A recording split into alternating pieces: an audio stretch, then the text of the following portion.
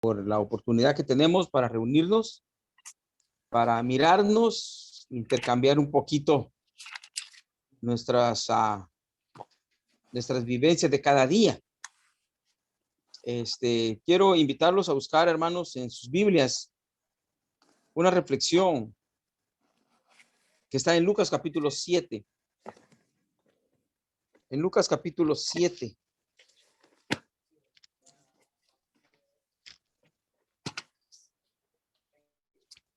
Hoy nos está acompañando David. David. Ahí está. Lucas capítulo 7, comenzando con el versículo 1 y en el al versículo 10.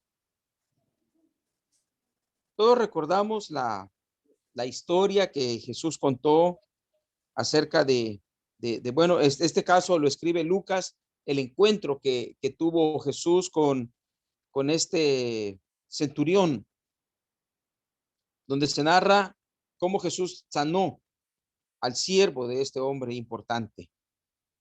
Leamos todos Lucas capítulo 7, versículo 1 al 10.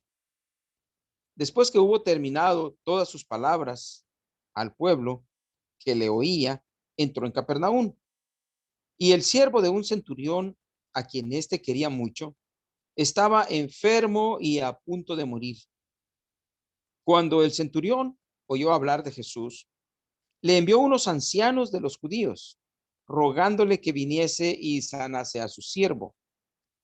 Y ellos vinieron a Jesús y le rogaron con solicitud, diciéndole: es digno de que le concedas esto, porque ama a nuestra nación y nos edificó una sinagoga. Y Jesús fue con ellos. Pero cuando ya no estaba lejos de la casa, el centurión envió a él unos amigos, diciéndole: Señor, no te molestes, pues no soy digno de que entres bajo mi techo, por lo que ni aún me tuve por digno de venir a ti. Pero di la palabra, y mi siervo será sano, porque también yo soy hombre puesto bajo autoridad y tengo soldados bajo mis órdenes. Y digo a este: ve y va, y al otro: ven y viene, y a mi siervo: haz esto, y lo hace. Al oír esto, Jesús se maravilló de él y volviéndose, dijo a la gente que le seguía: os digo que ni aún en Israel he hallado tanta fe. Y al regresar a casa, los que habían sido enviados hallaron sano al siervo que había estado enfermo.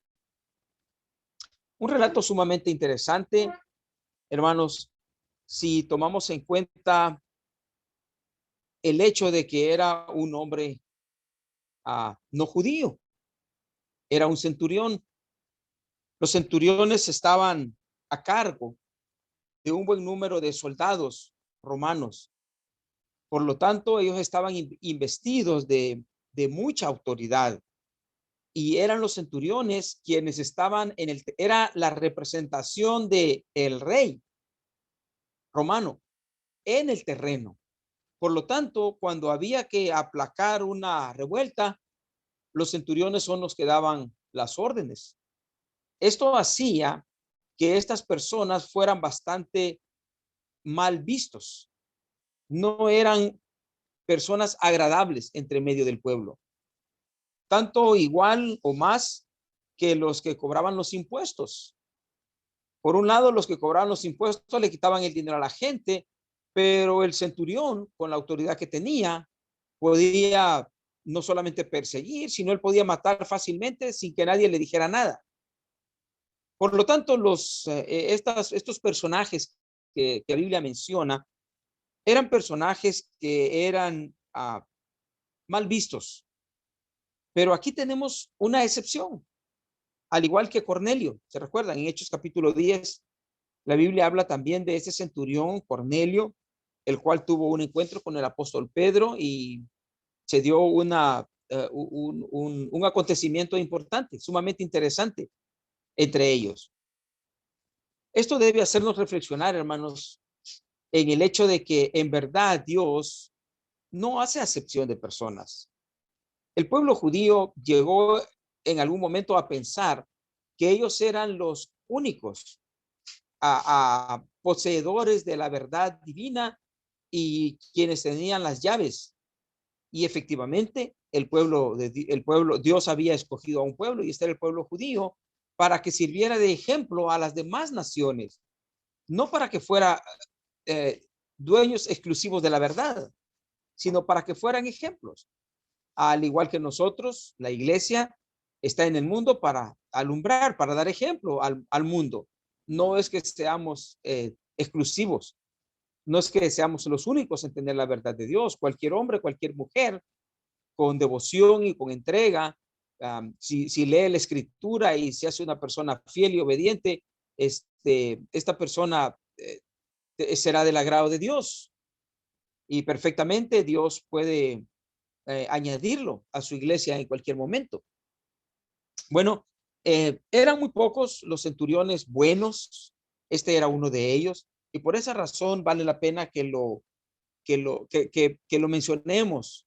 Desde el momento que quedó escrito en las páginas de la escritura, es para que nosotros aprendamos de la actitud de este hombre, que sin ser un hijo de Dios según los cánones, ¿verdad?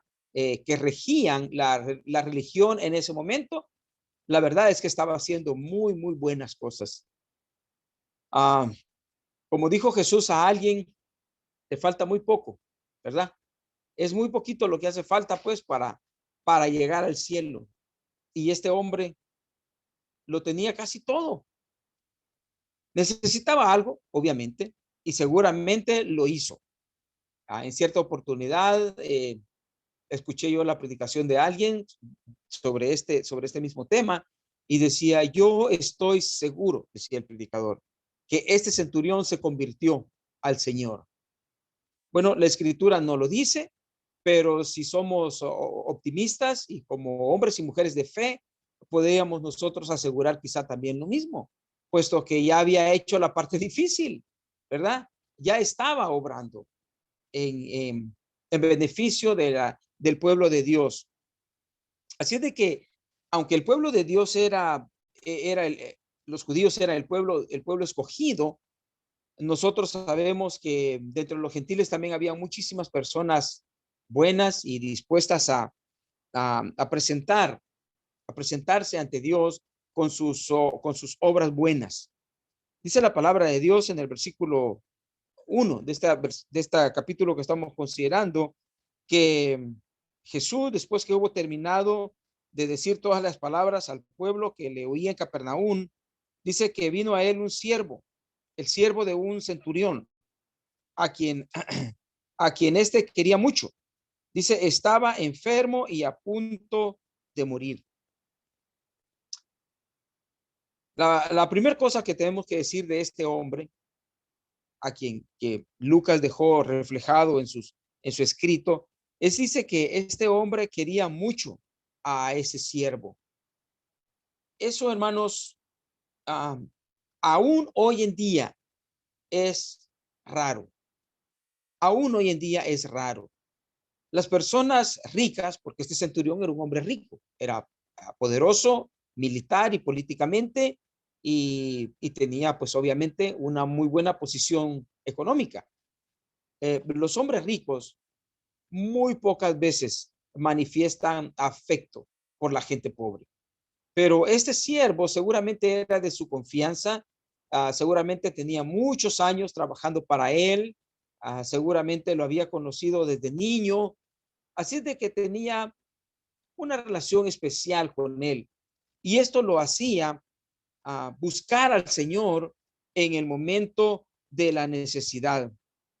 Definitivamente era un hombre quien mostraba compasión por los pobres. Podemos afirmar esto porque no solo quería a este hombre, sino como dice más adelante, él también amaba al pueblo de Dios. Una cosa rara, el Imperio Romano estaba ejerciendo dominio absoluto sobre estas regiones. Así es de que ellos no tenían por qué manifestar afecto. Ellos estaban para imponer el respeto, la ley y por la fuerza.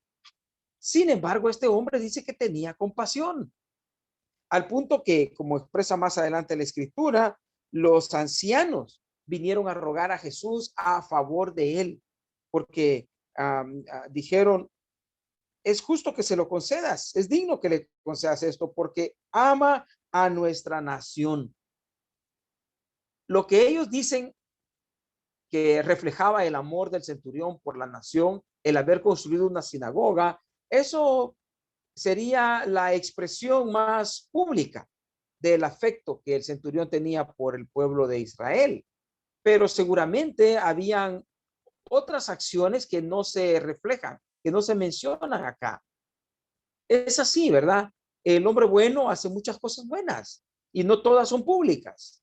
La mayoría de las acciones de los hombres buenos son obras que se hacen en privado, dándole, dándole respuesta a lo que Jesús mandató, de que no sepa tu mano izquierda, ¿verdad? Lo que hace tu derecha. De esa forma, los hombres buenos actúan sin tener que andar haciendo publicidad o dejando constancia de sus buenas obras. Simplemente lo hacen porque consideran que es lo correcto. Y en el caso de este hombre, dice que él pues amaba mucho a su siervo. La relación entre los esclavos, porque estos eran esclavos, la relación de los esclavos con sus amos, hermanos, siempre fue distante. La esclavitud para nosotros es un tema ya ajeno, ¿verdad? No, en nuestra sociedad, en nuestro tiempo, la esclavitud no es practicada de la manera en que se hacía antes. Quizás hay un tipo de esclavitud, muchos afirman que sí, no sé, pero la forma en que estos hombres, esta relación que existía entre estas dos personas era especial, algo muy pocas veces visto. La escritura habla de otros casos, de hombres de buena posición económica que tenían buena relación con sus esclavos. Y ojalá y así fuera aún hoy en día, ¿verdad? Que las personas que tienen alguna posición de mando pudieran tener una buena relación con sus subalternos. Tenemos que decir algo, hermanos, respecto a este punto. Y es que muchas veces los subalternos no permiten que, que las personas tengan una buena relación con ellos, que sus jefes tengan una buena relación con ellos. Puede ser por, por, uh, por rebeldía, puede ser oh, permítame.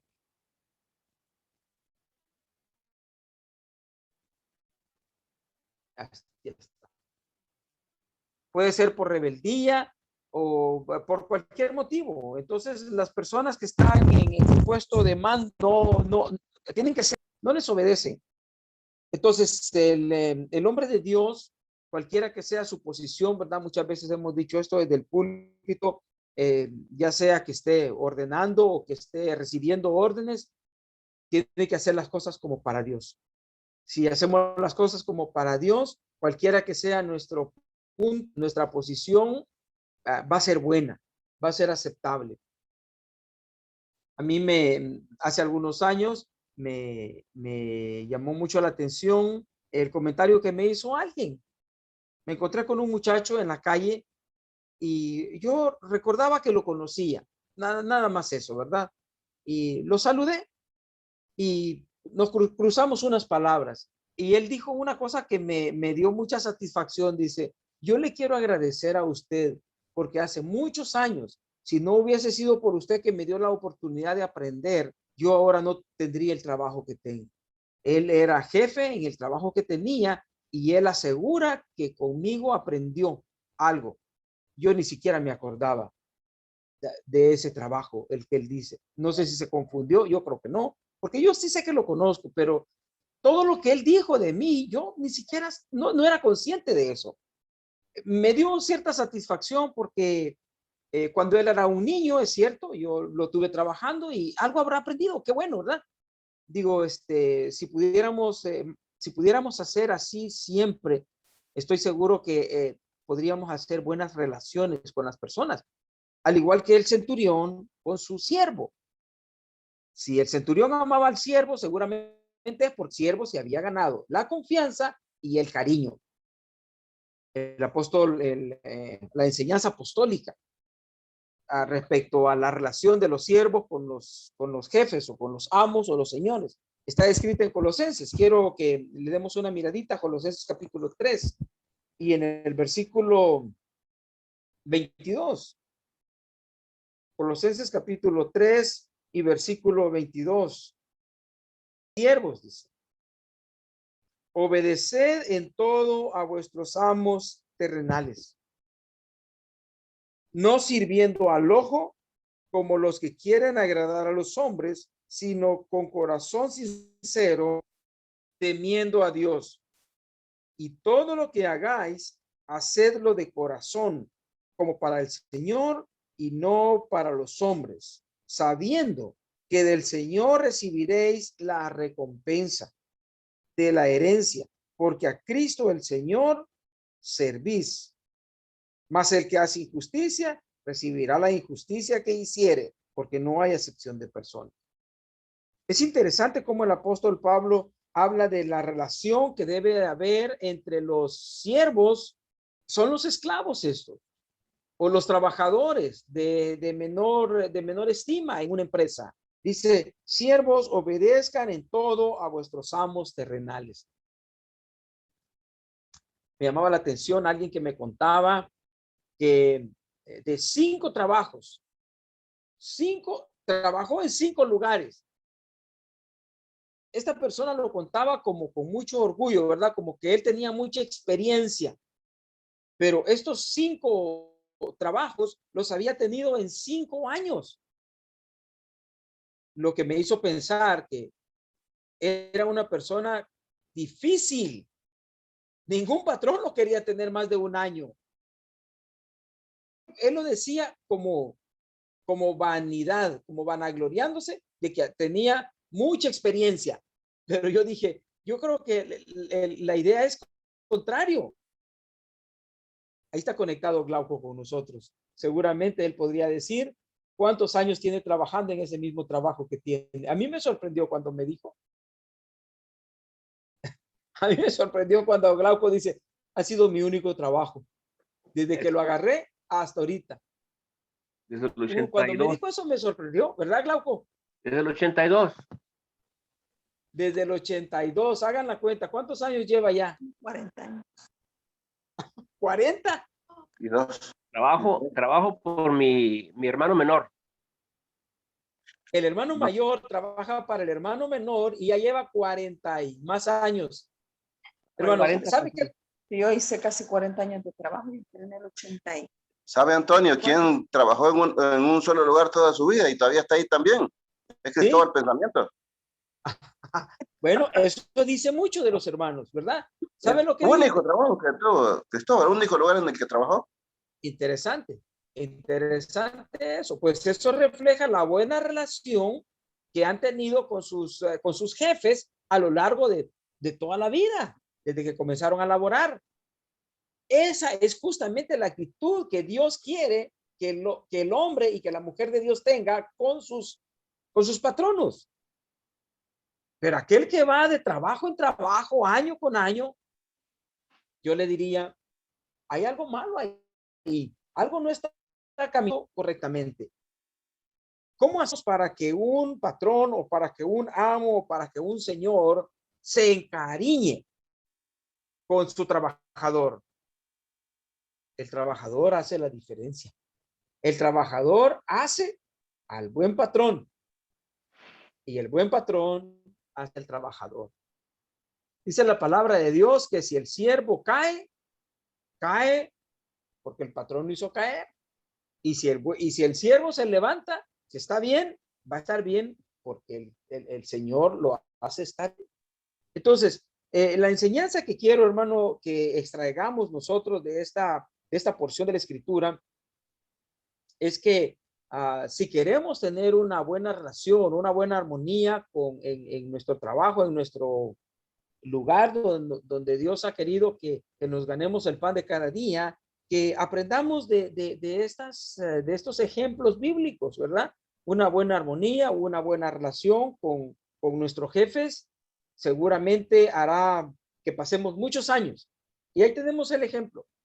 En el caso de Glauco, cuando Glauco me dijo eso, de veras, a mí me llamó mucho la atención porque yo tengo otra cosa que les quiero contar. A mí nunca me han corrido trabajo. Yo me voy. Cuando ya no, algo no me gusta, no digo ni adiós. Quizás sea un defecto, quizás sea virtud, yo no sé. Yo simplemente me voy. No estoy pidiendo tiempo, indemnización ni cosas por el estilo. Simplemente me voy y ya, no volteo ni a ver y a empezar en otro lugar. Ahora, ¿por qué razón? Porque debemos de darle gracias a Dios por el trabajo que tenemos, ¿verdad? Pero cuando ya no nos sentimos bien, ¿para qué estar hable y habla? Mejor tomamos una decisión y simplemente nos vamos. Volvamos a la escritura, hermanos. Dice la palabra de Dios en Lucas capítulo 7 que cuando el centurión oyó hablar de Jesús, oiga, esto es interesante. Cuando el centurión oyó hablar de Jesús, el centurión ya sabía algo de Jesús. El centurión no lo escuchó por primera vez. Ahí viene un tal Jesús. ¿Y es de quién? No, la fe no es así, hermanos. La fe es como alguien dijo, como una semilla que se cultiva. Y este centurión tenía fe en un tal Jesús, al que no conocía todavía, pero que sabía que podía sanar a los enfermos. ¿Cuántas historias le habrían contado? ¿De cuántos relatos él habrá agarrado? Los ancianos, dice que le eran sus amigos, pues. Si él construyó la sinagoga, no me sorprendería que él visitara la sinagoga. No sé si era permitido. ¿Alguien me puede alumbrar en esto? ¿Era permitido un gentil entrar a una sinagoga? Hermanos, Glauco, Ah, pregunto otra vez. ¿era Sí. permitido que un gentil entrara a una sinagoga judía? Sí, Sí podía. sí. Entonces, seguramente, si él había construido, probablemente también había participado de las enseñanzas. Bueno, de alguna manera, este hombre sabía de Jesús. De alguna forma. El asunto es que cuando él escuchó de Jesús, envió a unos ancianos de los judíos rogándole que viniese y sanase a su siervo. Él ya tenía fe en el Señor. Él ya tenía fe en el Señor. Por esa razón, la expresión de Jesús al final, en el versículo 9, os digo que ni aún en Israel he hallado tanta fe, porque este hombre ya tenía fe en Jesús, aún sin conocerle físicamente. Los relatos, lo que había escuchado en la sinagoga seguramente, o que sus amigos, los ancianos, le habían contado, había despertado en él tal fe que cuando tuvo la oportunidad de agarrarse de la mano y pedir un favor del Señor, él no lo dudó. Dice la escritura entonces que definitivamente este hombre era un hombre distinto a la mayoría. Distinto a la mayoría. Primero porque era compasivo, mostraba afecto hacia sus subalternos, y no solamente eso, también era un hombre piadoso. Tenía fe en la palabra de Dios, a pesar de ser un centurión. Tenía fe en lo que las escrituras decían acerca de Jesús. Esto lo hacía ser un hombre único, ya que en la palabra de Dios podemos encontrar muchos relatos de encuentros de distintas personas con Jesús, muchos de ellos judíos. Y cuando tuvieron la oportunidad de decidir, decidieron mal. Por ejemplo, el joven rico, ¿verdad? Maestro, ¿qué bien haré para heredar la vida eterna? Cualquiera diría, este joven rico sí que era un hombre próximo a Dios y conocedor de Jesús. Y le tenía fe al Señor, puesto que le está diciendo maestro. Desde ahí le está mostrando de muchísimo respeto. Pero cuando Jesús le marca el camino, dice la escritura que se fue triste. Ay, mire qué cosa más trágica. Se fue triste. El hombre rico, el joven rico que habla la escritura, se fue triste, a pesar de ser judío. Entonces, así como él, muchos personajes en la escritura tuvieron la ocasión de enfrentarse con Jesús, pero al final decidieron mal. Este hombre, un gentil, de buena posición, rico, y sin embargo está confiando en Dios, en el Señor. Esto lo hace único. Esto lo hace de una especie a punto de extinguirse. La gente rica, hermanos, no confía en Dios. Por esa razón, la palabra de Dios enseña que cuán difícil es que un rico entre al reino de los cielos. Así dijo el Señor, algo así. Cuán difícil es hacer que un rico entre al reino de los cielos. Porque la confianza del rico está en su riqueza. La confianza del pobre está en Dios. Bueno, del que confía en Dios, no de todos. Pero en el caso de este hombre era poderoso, rico y confiaba en Dios. Eso lo hace único. Dice la palabra de Dios entonces que los judíos, a pesar de menospreciar tanto a los romanos, con este hombre se portan diferente. Pero ¿quién comenzó o quién rompió la cadena del desprecio en esta relación? ¿El centurión o los judíos? ¿Quién creen, hermanos? ¿Quién rompió la cadena del desprecio? Porque acuérdense, los judíos despreciaban a los romanos y los romanos despreciaban a los judíos. Pero aquí se rompe esa brecha, puesto que los ancianos, dice que en el versículo 4, vinieron a rogarle a Jesús: concédele, es digno de que le concedas esto. La cadena del menosprecio se ha roto. Y aquí hay una muy buena relación entre los romanos, entre este hombre romano y los judíos. Parece ser que están conviviendo en armonía, a pesar de ser tan distintos, a pesar de ser una nación oprimiendo a otra. Están aprendiendo a vivir están conviviendo en armonía. ¿Qué fue lo que pasó aquí? Yo creo que quien rompió la cadena fue el hombre. El hombre rico, el centurión. Él fue el que comenzó a dar el primer paso y a demostrar su compasión hacia los pobres, hacia la gente menos afortunada. Y esto tocó también el corazón de los judíos y se volcaron en beneficio también para él. Es un relato sumamente interesante porque demuestra que dos personas o que dos sectores, aún estando totalmente opuestos, pueden llegar a convivir en armonía. Lo único que tienen que hacer es botar el orgullo. Alguien tiene que botar el orgullo y comenzar a mostrar algo de generosidad. Un hombre rico, pero muy generoso. Dice la palabra de Dios que edificó una sinagoga. Esto, como ya lo mencionaba, esta era la parte visible de su generosidad. Pero había también una parte privada de la generosidad de este hombre. Seguramente todo aquel que tocaba su puerta encontraba una mano amiga. Eso es algo realmente digno de imitar. El hogar de los cristianos tiene que ser así. Cuando alguien toca su puerta, es la oportunidad que Dios nos da para hacer una obra de caridad o de generosidad. Aprovechemos esas oportunidades siempre que podamos. Dice la escritura: todo lo que te venga a la mano a hacer, hazlo según tus fuerzas. Dios quiere justamente esto. Estas son las obras que Dios preparó para que caminásemos en ellas. Necesitamos más de esto.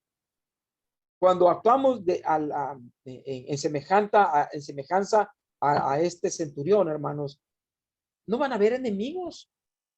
No van a haber enemigos. nosotros vivimos en una zona, aquí donde nosotros vivimos en el Mora, los hermanos de acá lo saben muy bien. Fue una zona, ha sido una zona peligrosa casi todo el tiempo, pero bendito Dios, nosotros nunca hemos tenido problema.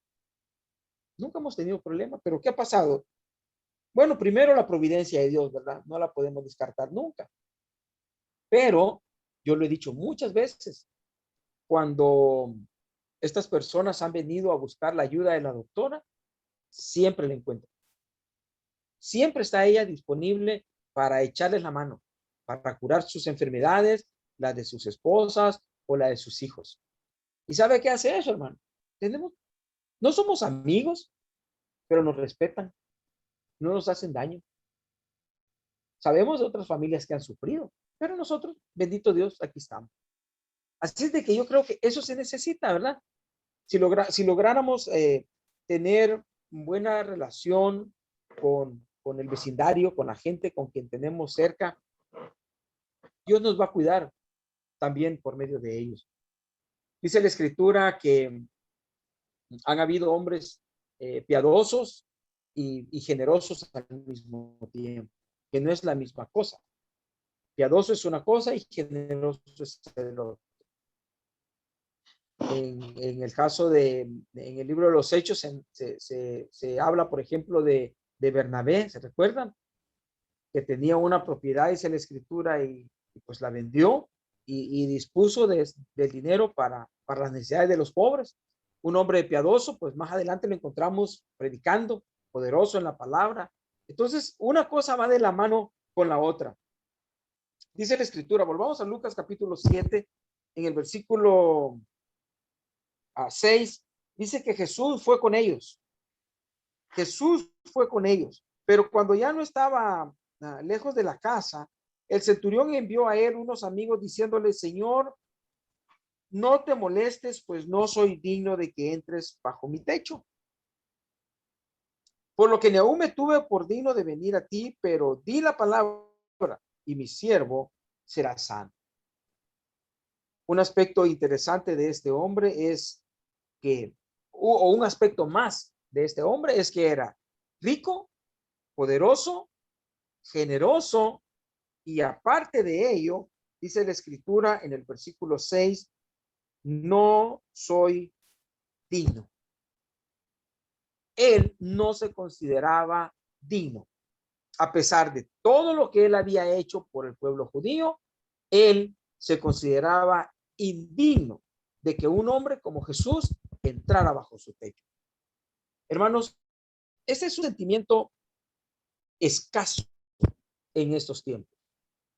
El sentimiento de que no merecemos lo que somos o lo que tenemos. Generalmente es lo contrario. Creemos que tenemos lo que merecemos. Creemos que somos lo que merecemos ser. Creemos que Dios nos ve con buenos ojos porque nosotros somos diferentes a los demás. Ese es el pensamiento generalizado.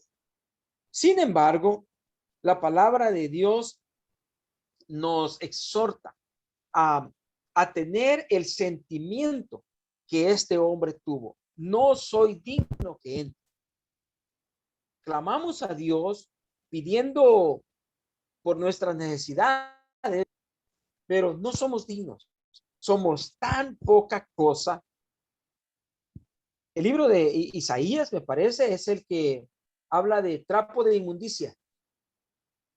¿Qué es el trapo de inmundicia para Isaías? A propósito que estamos estudiando Isaías, ya que tenemos a Glauco ahí. Glauco, ¿cuál es el trapo de inmundicia que habla Isaías?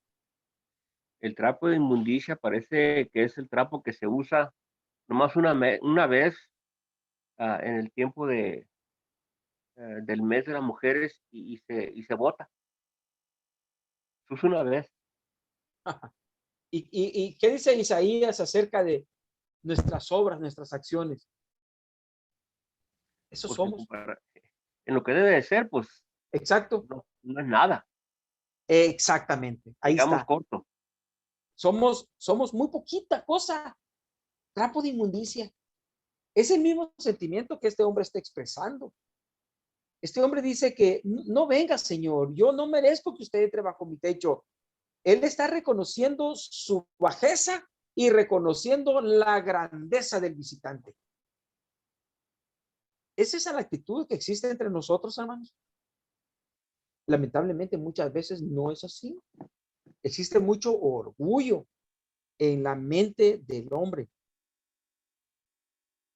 Hace algún tiempo yo hice un sermón. No recuerdo el tema exacto. Creo que tengo por ahí el bosquejito que decía algo así como que si tienes algo o eres guapo, dale gracias a Dios. Algo así decía. Hermanos, todo lo que tenemos es gracias a Dios. Todo lo que somos es gracias a Dios. Todo lo que nosotros logramos es gracias a Dios. Pero no ese es el sentimiento que domina nuestra sociedad. El sentimiento que domina nuestra sociedad es que el hombre llega hasta donde él quiere o hasta donde él puede. Por eso no me gustan los libros de superación personal. Yo lo he dicho muchísimas veces, porque los libros de superación personal mencionan a Dios, pero al final de la línea, y ponen al hombre al centro y le dicen que usted si trabaja mucho va a llegar lejos y que si se esfuerza va a llegar lejos. Y Dios está al final de la línea. Dios es el que está al centro de todo para nosotros. Y este hombre está recordándonos ese sentimiento. No soy digno, dice, que entres bajo mi techo. Es una actitud difícil de ver en los ricos. No debería de sorprendernos en los ricos, pero muchos pobres tienen esa mala actitud.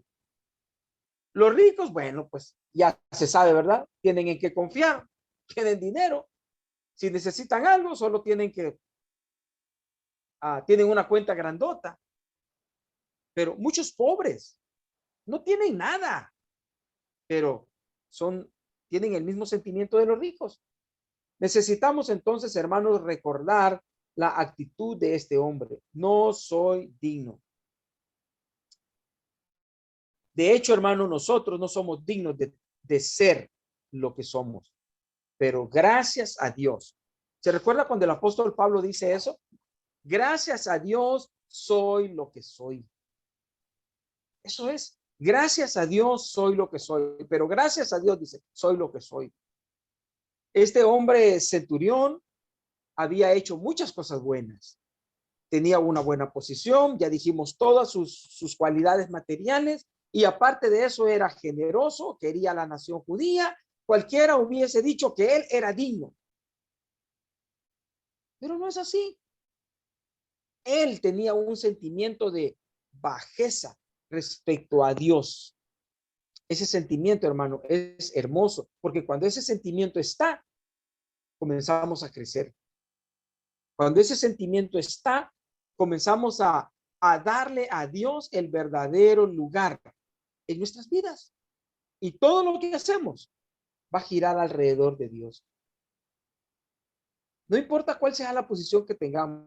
La posición que este hombre tenía era, después de él, no sé quién sería, quizás el propio rey, no sé cuál era la jerarquía, pero sí sé que era un hombre sumamente importante. Debemos aprender entonces, hermanos, que cuando nos acercamos a Dios, tenemos que tener esta misma actitud. Era la misma actitud que tenía aquel hombre que estaba orando de lejos, ¿se recuerda? Cuando Jesús habló de dos hombres que se acercaron a orar. Y uno decía, yo no soy como yo hago esto y hago lo otro. Pero había un hombre allá que no alzaba su cabeza al cielo y solamente decía, Señor, sé propicio a mí. Perdóneme, Dios. Esa actitud humilde, eso es lo que necesitamos. Esa actitud, hermanos, Dios le encanta. La palabra de Dios dice que el Señor da gracia a los humildes y a los soberbios los quiebra. Pero a la gente humilde Dios le da la oportunidad de que llegue a ser grande. Quiero entonces finalizar. Volvamos ya estamos por el tiempo, se acaba. Volvamos por favor, hermanos, al versículo 7. Dice, por lo que ni aún tuve por digno de venir a ti, pero di la palabra y mi siervo será sano. Di la palabra y mi siervo será sano. Qué fe más fuerte realmente la de este hombre. Es admirable dada su origen, pero no debe de sorprendernos porque Dios tiene gente por todas partes. Es un caso interesante el hecho de que la exclusividad no existe. Algunas personas dentro de la iglesia pueden pensar de que la iglesia de Cristo es todo lo que Dios tiene. No es así. No es así. Dios tiene gente que le alaba en todas partes. Nosotros probablemente no los conocemos, pero Dios tiene gente por todos lados. Cada día surgen nuevos siervos de Dios. Dice la escritura entonces que este hombre tenía tal fe, no solo en Jesús, sino también en la palabra. Es interesante esto. Solamente di la palabra y mi siervo será sano. Las ocasiones en las cuales Jesús sanó, en la mayoría de ellas Jesús tuvo una participación activa, ¿verdad? Los tocó, los miró. En uno dice que hizo lodo y les untó. Jesús siempre estuvo haciendo algo para que la gente se fijara, pues, quién era la fuente de poder, Dios. Pero en esta ocasión, este hombre dice, ni siquiera entre, nomás la palabra, Señor, es todo lo que necesita. Solo diga la palabra y mi siervo será sano. Es interesante entonces la manera de cómo este hombre demuestra su fe en el Señor y en la palabra de Dios. Algo que todo el tiempo nosotros estamos diciendo. Siempre insistimos en que debemos aprender a confiar en la palabra de Dios. La palabra de Dios que es vida y es muerte. Es vida para el obediente y es muerte para el desobediente. La misma palabra que dice te salvará, dice también te condenará. La misma palabra que dice será salvo, dice que será condenado. Así es de que si vamos a creer en Dios y vamos a confiar en la palabra, vamos a creer en la palabra toda ella, en sus promesas, pero también en sus advertencias. Es interesante cómo la gente deposita la fe en la palabra de Dios cuando habla de bendiciones. Pero olvidamos que la misma palabra de Dios también severas sanciones quieren obedecer. Versículo 8. Porque también yo soy hombre puesto bajo autoridad y tengo soldado bajo mis órdenes y digo a este ve y va y al otro ven y viene y a mi siervo haz esto y lo hace. Hermanos, lo que este hombre está diciendo es que tenemos a un hombre enfermo y lo que él dice es que Jesús diga que la enfermedad se vaya y la enfermedad se va a ir. Eso es lo que está diciendo. Solo di la palabra y mi siervo sanará. ¿Qué palabra debía decir Jesús? ¿Sé sano? ¿Enfermedad, sal de este cuerpo? ¿Qué palabra tenía que decir? Y el centurión dice, solo di la palabra y mi siervo sanará. Es justamente lo que necesitamos nosotros, hermanos. Aprender a confiar en la palabra de Dios. Como dice la Escritura, ¿acaso hay imposibles para Dios? Entonces, depositemos nuestras cargas en los hombros del Señor y seguramente Él podrá. Jesús dio suficientes argumentos para demostrar quién era Él y qué poder tenía y la capacidad que tenía de resolver los problemas de la humanidad. Pero con la comida, con el agua, con la ropa, con el calzado.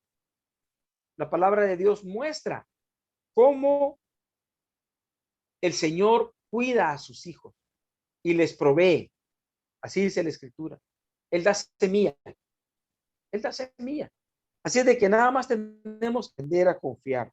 Ante semejante manifestación de fe, dice versículo 9, al oír esto Jesús se maravilló de él y volviéndose dijo a la gente que le seguía, os digo que ni aún en Israel he hallado tanta fe.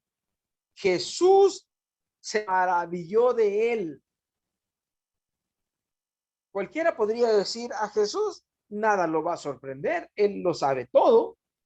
Sin embargo, encontramos a este hombre haciendo algo que hizo que Jesús se maravillara, se gozara, disfrutara de ver que en ese hombre había justo la fe que todos debemos tener. Confiar en la persona de Jesús y confiar en la palabra de Jesús. Si hacemos eso, hermanos, el centurión, la fe del centurión será poca, a pesar de que Jesús dijo que era algo realmente excepcional, único. Ni aún en Israel he hallado tanta fe, porque el pueblo de Israel estaba llamado a demostrar fe.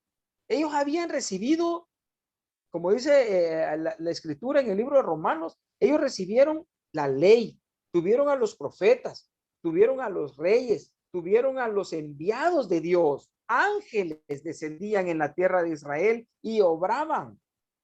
Había pruebas suficientes para que el pueblo de Israel fuera un pueblo cargado de fe.